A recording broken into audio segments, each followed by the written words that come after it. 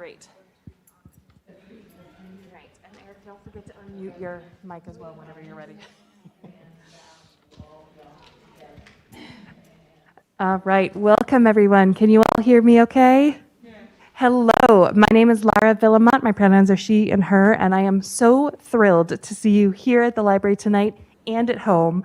We are excited to welcome author Erica Ferencik. She is going to be talking about her new book, Girl in Ice, which I always want to make sure I get the preposition right on that one. Before we get started, just a few brief announcements. At this point, would you please make sure to silence your cell phones? Any alarms, any phone calls, anything like that, please make sure to go ahead and turn those off.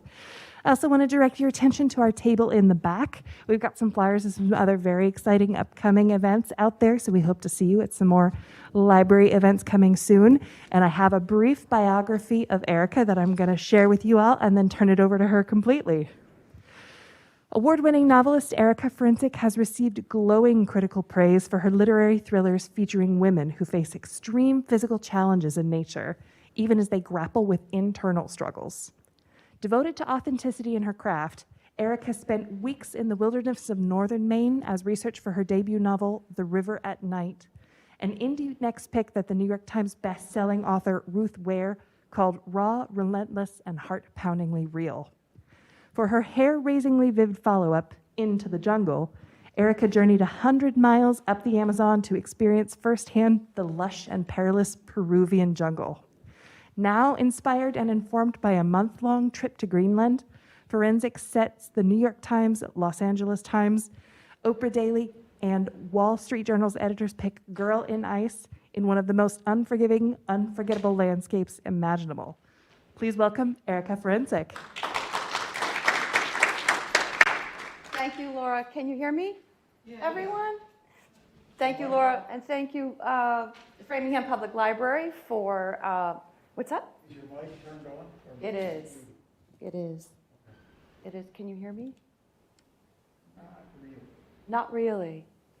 Switch to a handheld, Erica? I'm sorry? You want to switch to a handheld? Or you Not really. I'll stand over here, and I'll shout. How's that? If I speak a little louder, I'm pretty strong. Okay. It's that Amazon, journey thing. But anyway, thank you for coming tonight. I know it's beautiful outside, lots of choices in this world of things to do. My bookseller is unfortunately not here. I think we had our paths crossed. He thought it was virtual and it's live, and we're all getting used to going back to the live world.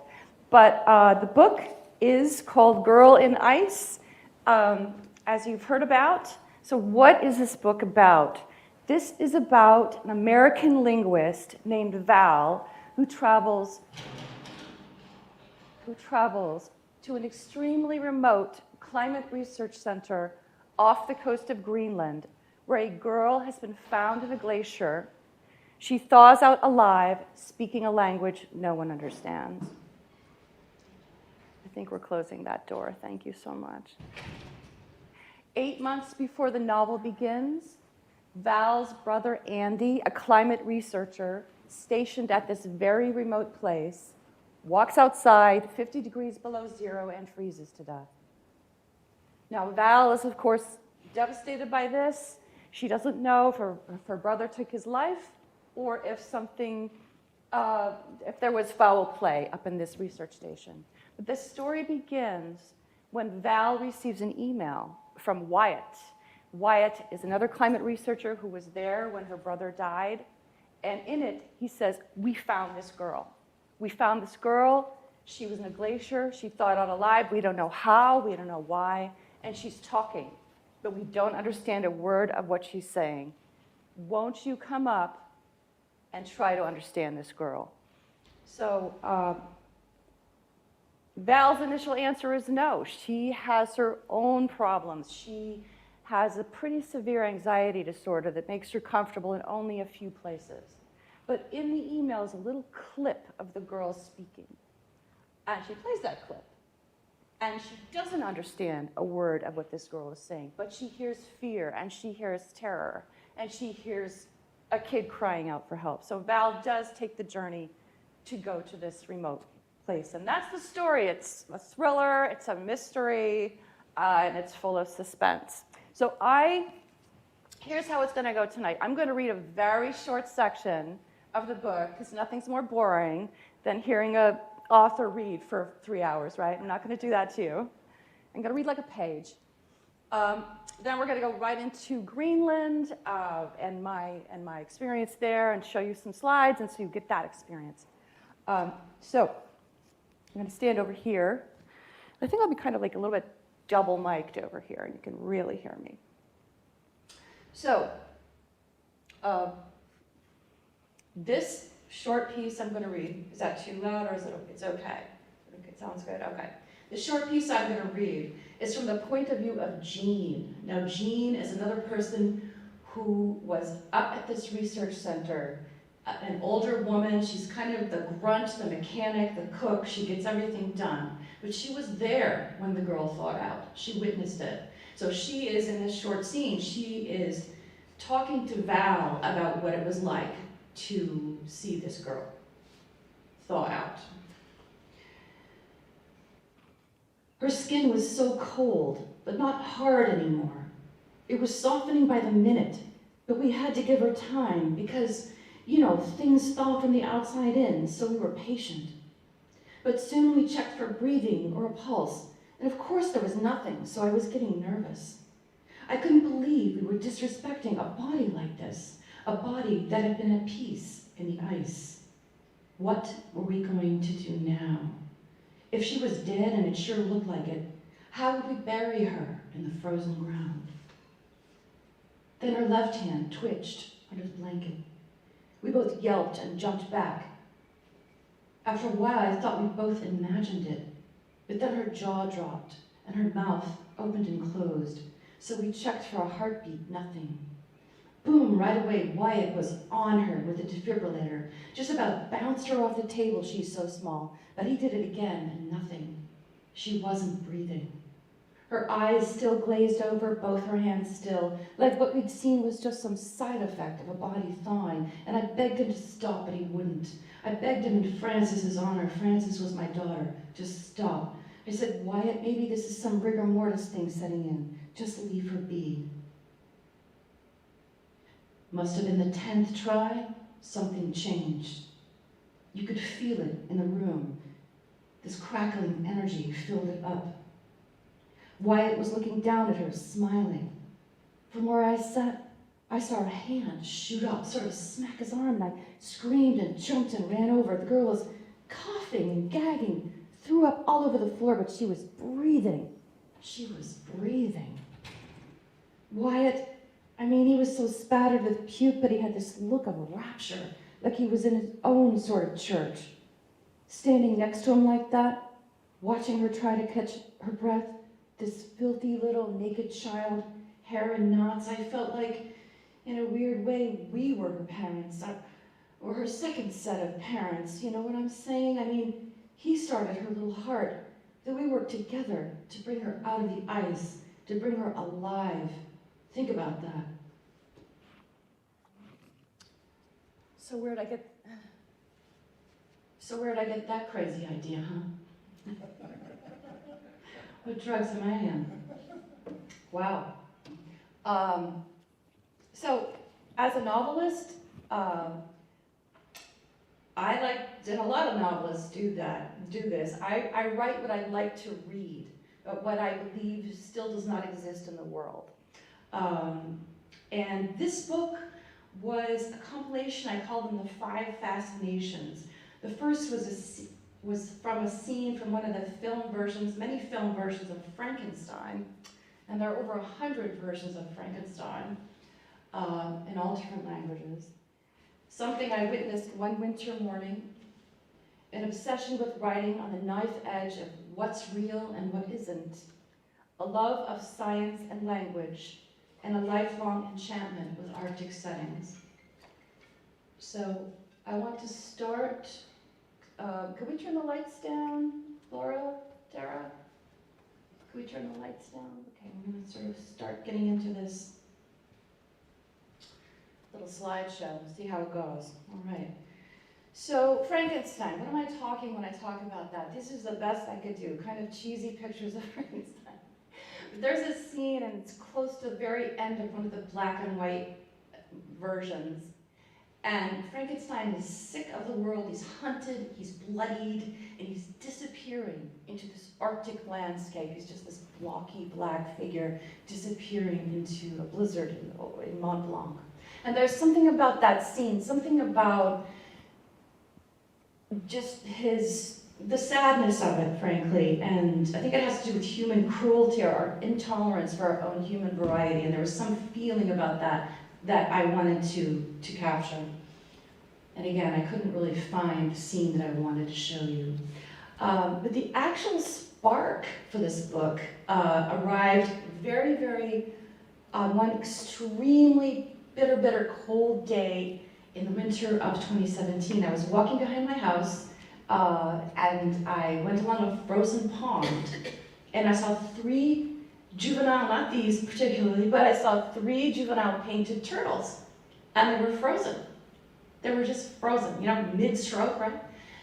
And I thought, well, they don't look alive, but they don't look dead either. So, you know, I ran home, and of course I had to Google it and figure out what can some animals somewhere, you know, freeze and thaw out alive. And it turns out that there are a number of creatures that can do that. Wood frogs, for example, which when you hear the peepers, actually the peepers, that's sort of fading out now, which are still hearing wood frogs coming alive. These guys possess a certain cryoprotein that we do not possess, and this cryoprotein protects the cells. Think of a glass of water, or just think of ice. It becomes sharp, and just like in the cell, it will destroy the cell.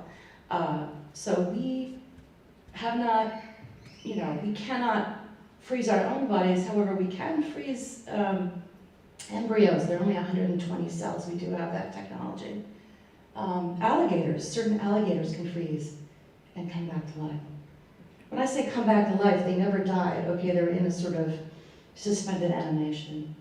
And this guy, what the heck is this, right? This is a tardigrade, or water bear, and this is a hugely magnified picture of this little tiny guy that you can freeze for 10 years for 359 degrees below zero and thaw him out, and he's just fine. You can shoot him into space, and he'll come back. Or you can vacuum your floor, actually. That was a joke. Where is it found? This guy he's all over the place, I think, these little tardigrades. But that's a great question. I think they're just among soil and things like that. But the fact is, we cannot produce, obviously, this cryoprotein. But still, I was fascinated by the concept.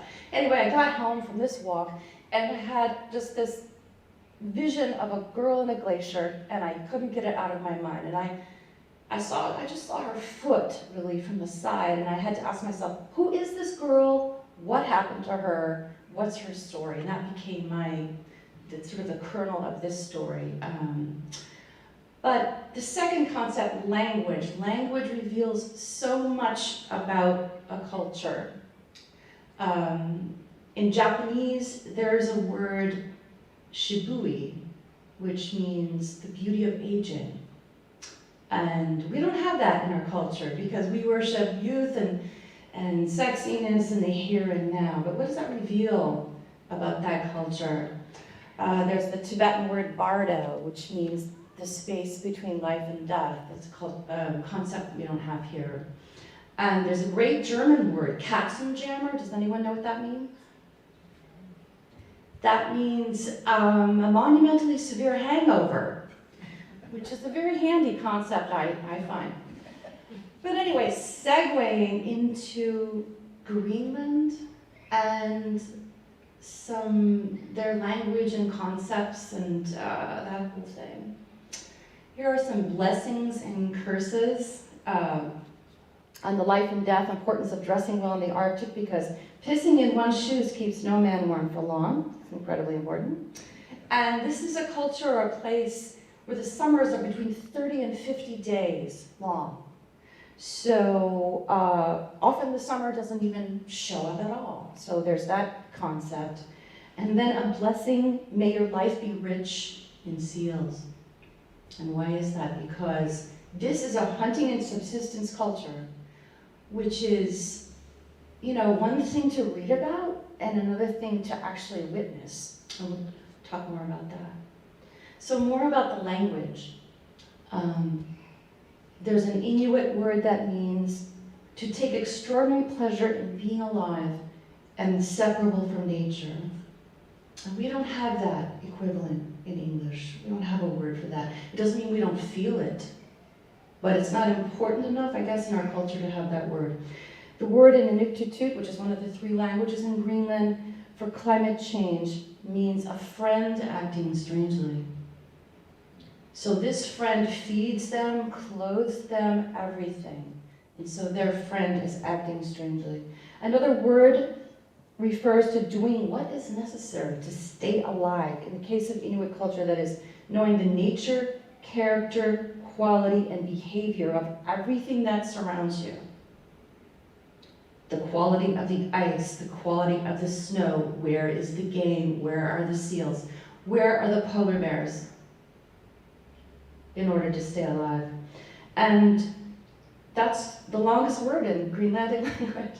And the words are so fascinating because they're actually morphemes, which are units of meaning. This word means, I saw the caribou, but the caribou saw me, so I wasn't able to kill it. So very different kind of language. And like I said, I'm sure you've heard, there are, dozens of words for snow. It's a cliche, but it's like a lot of cliches, it's true in this Inuit culture. But more important than that, there are over 170 words for ice. And why is that? It's because I need to describe the ice to you for your survival. Why is that? How is that? There's a word for new ice that is just formed. It's kind of leathery. It's not safe. There's a word for ice that's ancient, and it might be porous, it won't cut well, it will break, it's unpredictable. And there's a word for a kind of ice that will support a hunter, but not a polar bear, and is breakable enough so that a seal can make a breathing hole. So isn't that great, ice? If you were a hunter, wouldn't you want to be told right away, boom, that's the kind of ice we've got going on today? So that's how words reflect culture. I did take a trip to Greenland. I was lucky enough to go at this time before the world sort of blew up with COVID. That was just kind of dumb luck, but anyway. Greenland. Anybody been to Greenland? Raise your hand. Yay, we have to talk about that. But for those who haven't, this fabulous place is a third the size of Canada per land mass. It's 1,500 miles, its ice cap's 1,500 miles north to south, 700 miles east to west. At its thickest, it's 2 miles thick. If it ever melted, God forbid, the seas would rise 23 feet. But weirdly, the island, which is kind of like this massive bowl of ice, would rise because it would become so much lighter. It's this bowl of ice surrounded by these forbidding mountains. But when I was going there, Trump was trying to buy it. So that was a lot of fun, being American and, Trump trying to buy it. And in this entire landmass, there are only 56,000 people. How many people in Framingham? 77,000? 68,000. Well, there you go. So about Framingham, right? Spread out. I mean, this coast is 3,000 miles. It's the same as our coast. So it is this absolutely strange place, wonderful place.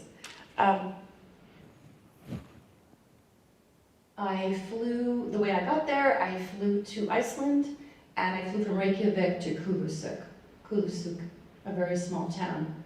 Most people, I should say, live in Nuuk, around 20,000. The rest are scattered along the coast in very small towns, 120 people, 150 people, stuff like that. So now I'm taking you on a journey from Kulusuk. We're in a helicopter, and those are our first views of icebergs that are stories tall. Again, those mountains, right? Going over and over to this very, very small town, Tisalak. This is hunting and subsistence culture. Here, tiny, tiny little houses. And then we're going to go down a very long fjord. All fjord is just an inlet, which is extremely deep water. The water is about half a mile deep. And there is nothing.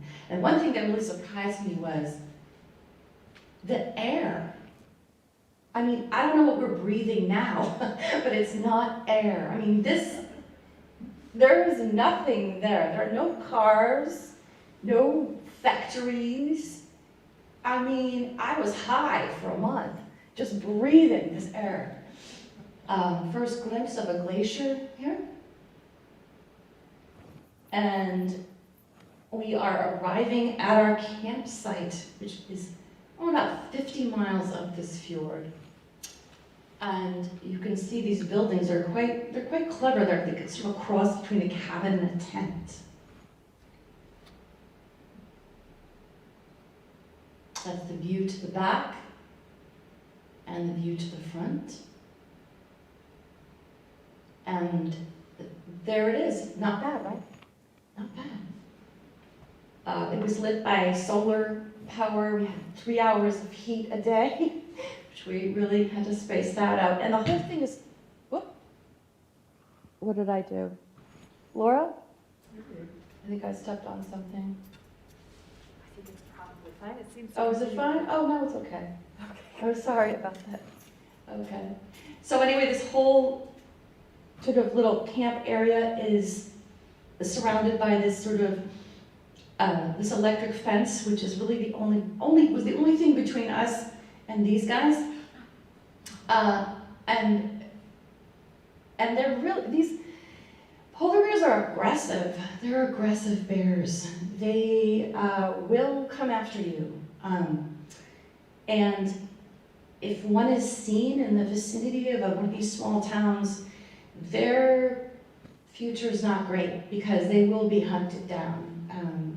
But that said, every part of them is used, every single part of them is used and respected, but they are quite aggressive. Here I am getting ready to go out on the fjord. I'm putting on a Mustang suit, which is a suit that has a flotation device sewn in. So hopefully if you fall out, you won't, die, but makes you a little bit safer. So we're heading out to the Iceberg Graveyard. And why is it called that? Because there is this one fjord where, for whatever reason, the currents of the ocean, the wind, they all blow in or push in these massive icebergs. These are stories tall. These are blocks long. It's very hard to show you a sense of scale, but I will do that. And they're just carved in these amazing shapes, just monsters or cathedrals or just, weird shapes. This guy was it was like a caterpillar. It was blocks long and stories tall. And of course, these birds are calving all the time. You're constantly hearing these muffled explosions all around you of breaking birds. Just to give you an idea of scale, you see the boat, the little boat in there? What a dumb group of tourists. I mean, that thing could have gone at any time. And I did ask my guide, what do we do? What do we do if one of these massive things, breaks? And he said, always be listening. It's kind of like when I was in the jungle, it was extremely important to listen. And he said, if one breaks, turn your kayak toward the sound, because otherwise a wave will form and your kayak will be flipped. He didn't say you're going to live. He just said, turn your kayak toward the sound.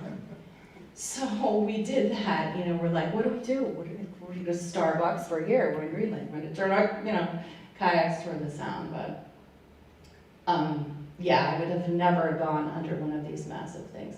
I'm standing in front of the Helheim Glacier, one of the biggest glaciers in Greenland. It's receding at 6.8 miles per year. I didn't realize till later that Helheim meant the land of the dead. I thought that was interesting. It's a close-up of that glacier.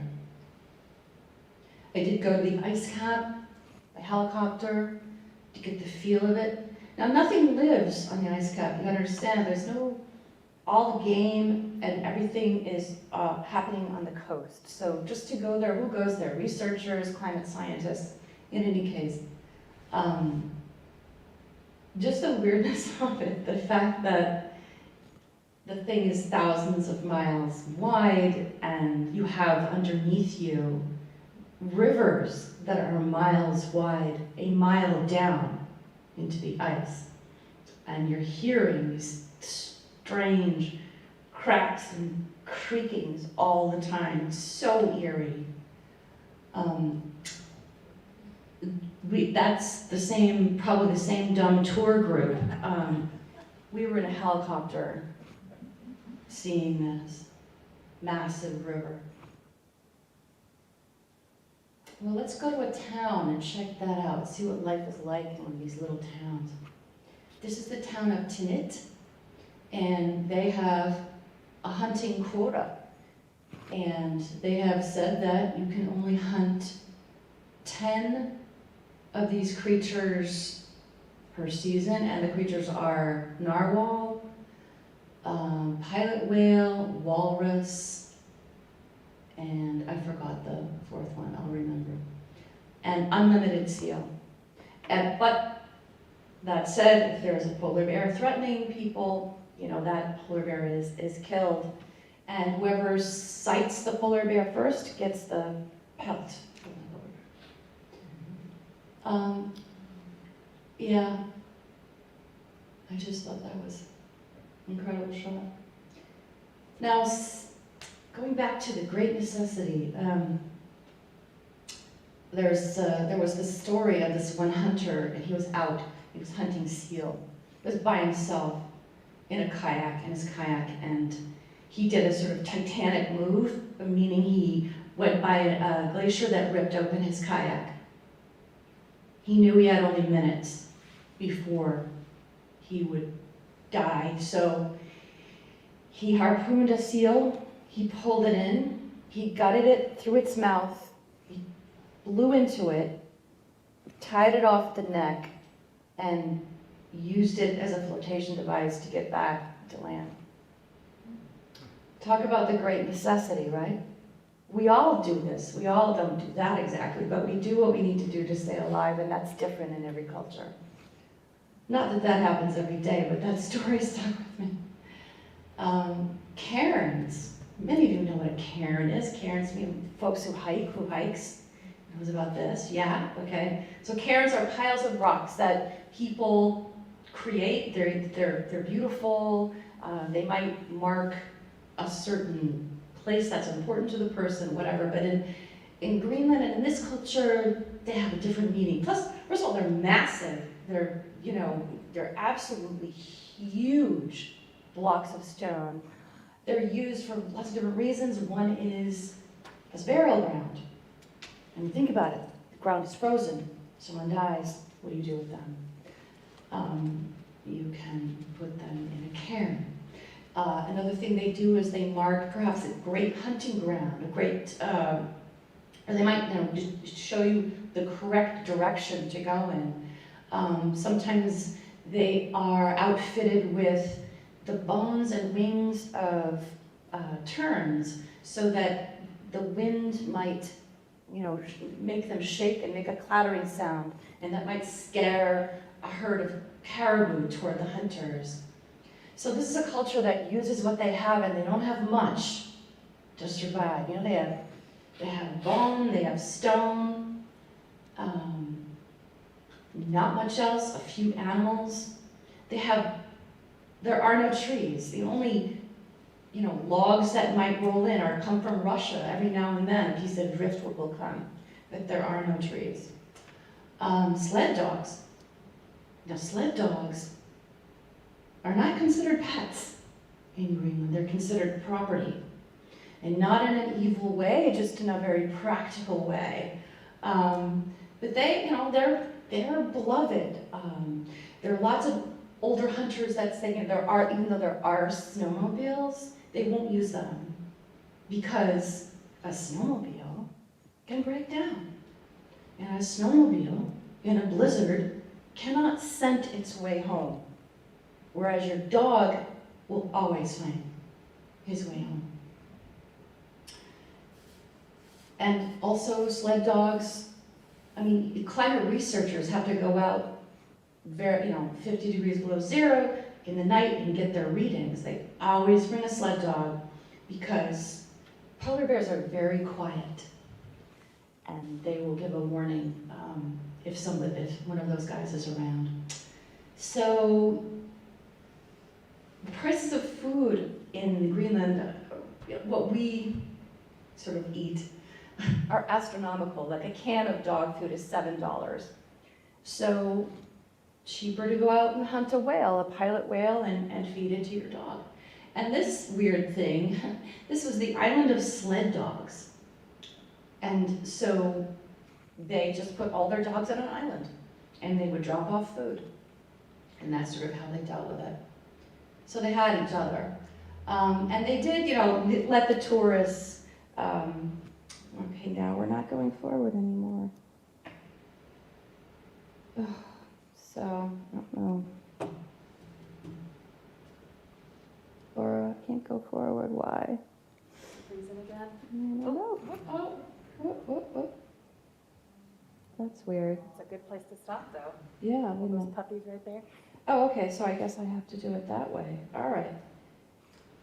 The puppies. No, we don't have to. So yeah, they did let the tourists, hold the puppies. That was fun.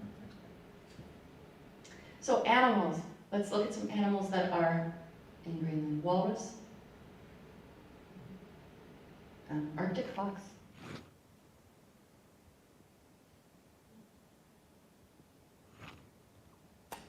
And here's a skull of an Arctic fox I found. Caribou. Narwhal. And then this was from the web. This is just incredible herd of narwhal charging through the water. Musk ox. And in terms of vegetation, well, there isn't much. There's only that very, very short growing season. So Arctic cotton was everywhere. Crowberries, kind of berries that grow flat to the ground. Everybody loves them, including the polar bears. And I want to talk about Greenland. Greenland is, because of its distance from the rest of the world, much of the folks in Greenland had not seen anything about the outside world before 1950. So how did they live? During that short growing season, that short summer, they dug a hole in the ground and they covered it with peat moss, rocks, and with a roof of whale ribs. And they lived in there, 4 or 5 families to a room for 10 months. And this is a recreation of the space. And there's 7 of us in there. In reality, there was more like 4 families that lived in this. Windows were made out of seal intestine, which you couldn't see things through, but you could get light. And I had the opportunity to interview the mayor of this tiny little town. And we're going to go into his place. That's fish drying. And here he is. He's 70 years old. He was born in one of those sod huts. And he left when he was 7. and his family built the house that we were in on top of the sod hut because they thought, well, if we don't like it, we can always, go back down. And I asked him, weren't you excited? Electricity, running water, all that. And he said, no, you know what? I miss it. And I said, you miss it? And he said, yes, I never felt the same level of intimacy with people as I felt in this sod hut. We worked together, we we created stories, we hunted, we did everything together. That was just not the answer that I was thinking. I just like this because it says fast food, and there's no fast food in Greenland, or very little. Typical grocery store, small town, where life is very close to death. And just a shout out to Greenlanders who invented the kayak. And it was made out of bone and out of caribou skin. And the women were tasked to make the anoraks. And the anoraks were custom fit to every man. So that when he got in his kayak, he was sealed in with whale fat, and he was in there, and even if he flipped, he was fine. So see what you can do if you need to do it, right? And that's a close-up of one. And this is just a local artist. I was there in August. There were a kind of mosquito I'd never encountered before. Extremely vicious mosquitoes in Greenland. Yeah. And this was just some of his art.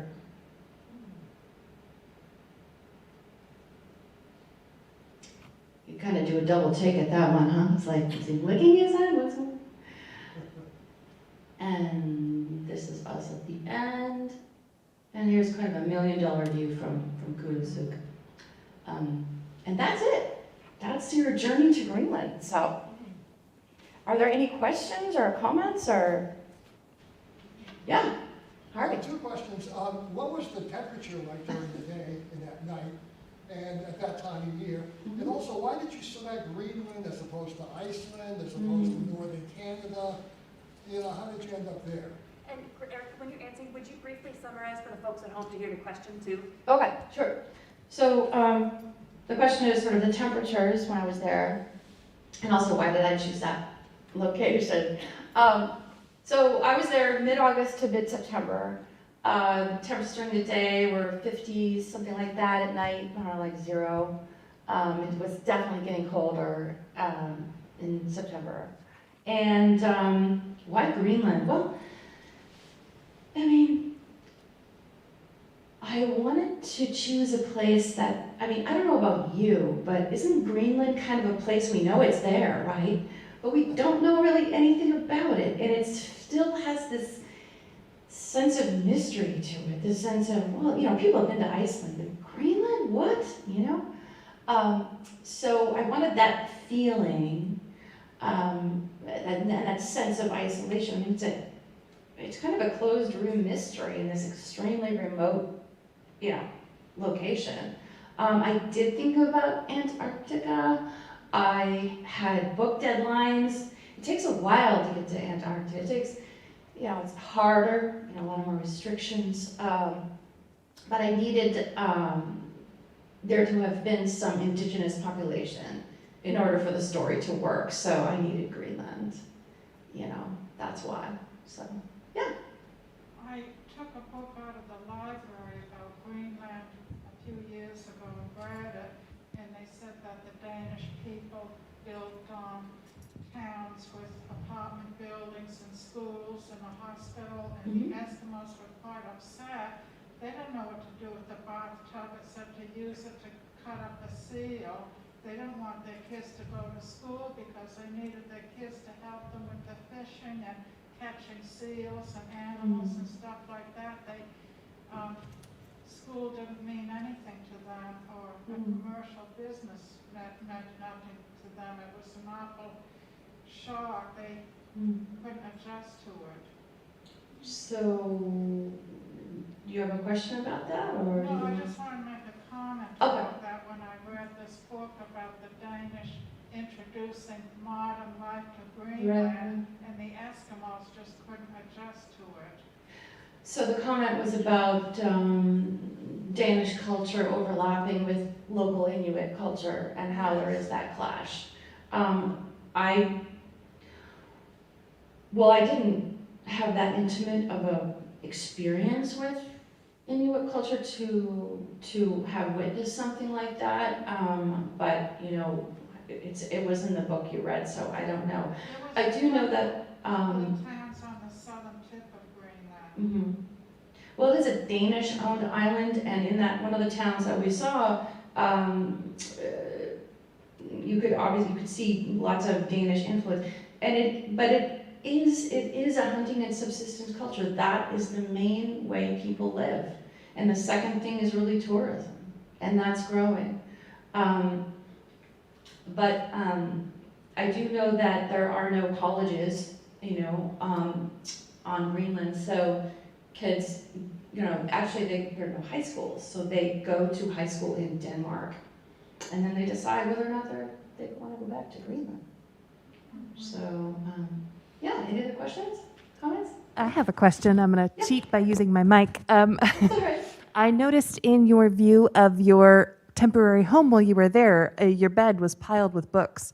What were you reading while you were on your trip researching for your book? Was it something that influenced it, or were you using sort of a different, totally different genre to escape? I don't remember. Well, I was probably reading, I read everything I could get my hands on about, anything that took place in an Arctic environment. It could have been anything.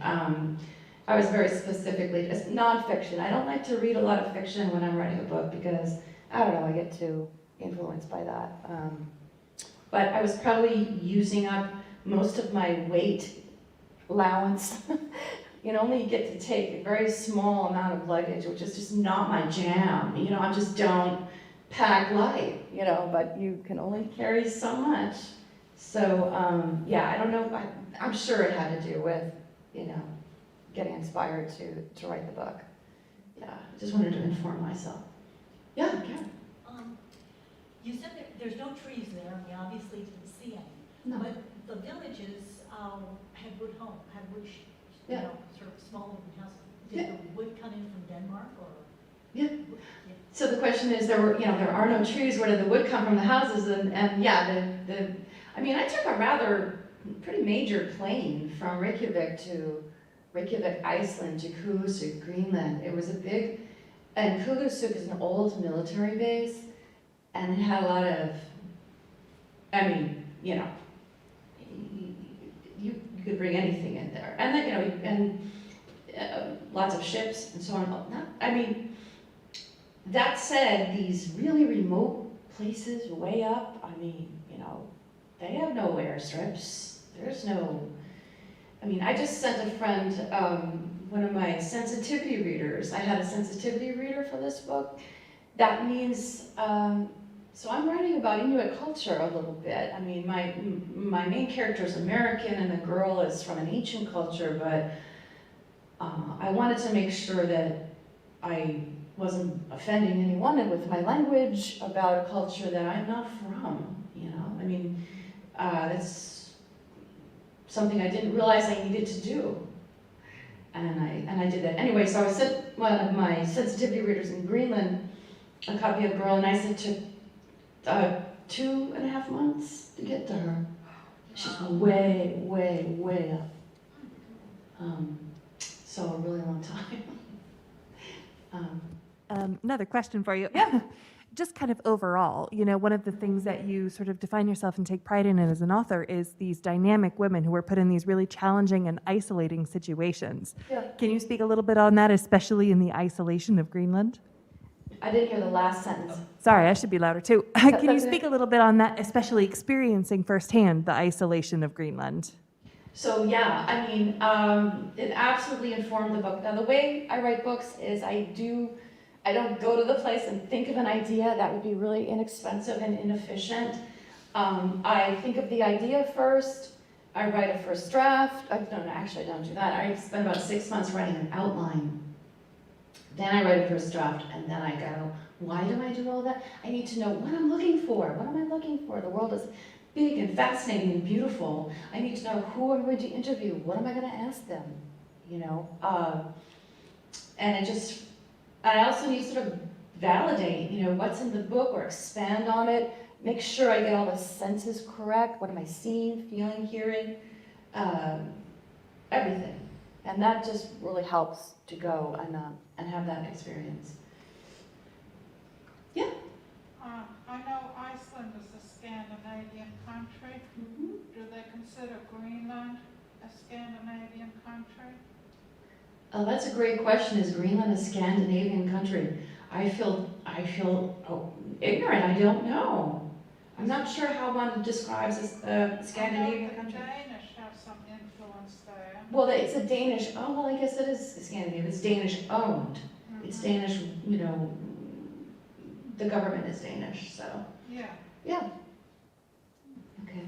Any other questions? I have one more, if you don't mind. Follow-up question based on what you were just saying. When you did your outline before you went to Greenland, was there anything really significant that changed in your outline once you arrived on location? No, thank God. I don't like surprises like that. I really like, you know.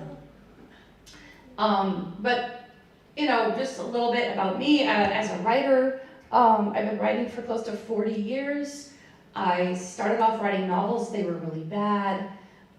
Then I got my graduate degree in creative writing.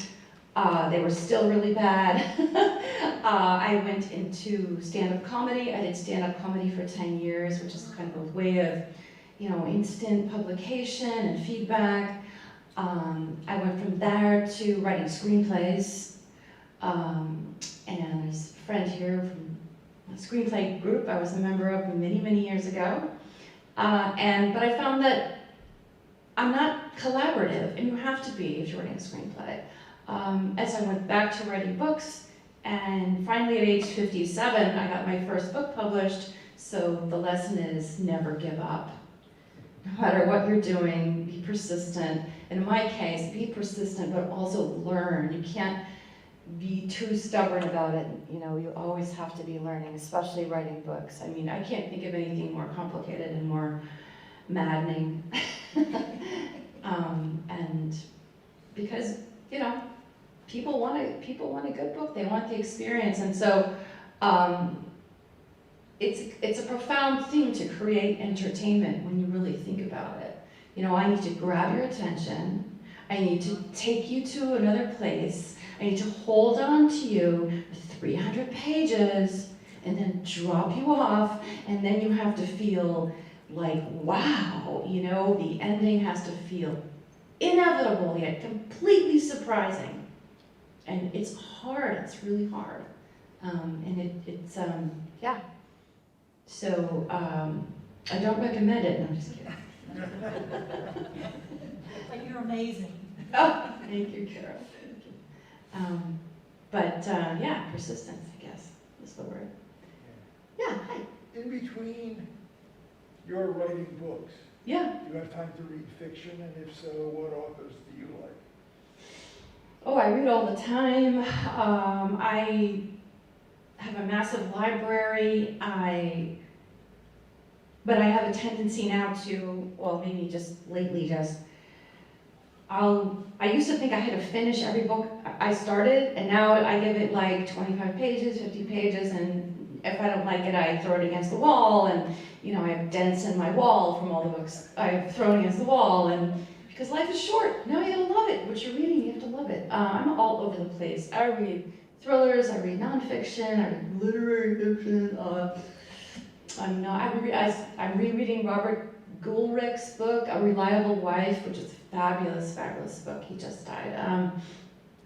I just read Ashley O'Drain's book, The Push. Oh my God, fabulous thriller, sort of a rethink of the bad seed kind of thing. Yeah, and all kinds of nonfiction that my husband lends me. I read, I love. Yeah. Any other questions? No. Yeah, do any, people outside of Greenland, if they have any business to do there, do they, take up the language, study the native language? Was it too hard for foreigners to study? Well, the question is if someone has business in Greenland, do they learn the language? I doubt it. I mean, a lot of Greenlanders speak Danish. Fewer than those speak English. I think those are the languages that if you were dealing with Greenland that you would maybe, lean toward, just because it is such a difficult language. But I don't know, I can't speak for them, so. So they use Danish to communicate? Yeah. Okay. But Greenlanders, I mean, there's East Greenlandic, West Greenlandic, and Inuktitut. I don't think I'm saying that right, but the East Greenlanders don't really understand the West Greenlanders very well, which is interesting, because there's only 56,000 people. And there's just a small population that speaks Inuktitut. It's just kind of a dying out language way up north. So, yeah, Harvey. This is a question from someone mired in our culture, but was there any internet access up there? If you kind of stood on a hill and, reached your phone out for not much. I mean, where I was, but maybe in the towns, I don't know, not much. Anybody else? All right, well, thank you so much. Thanks for coming.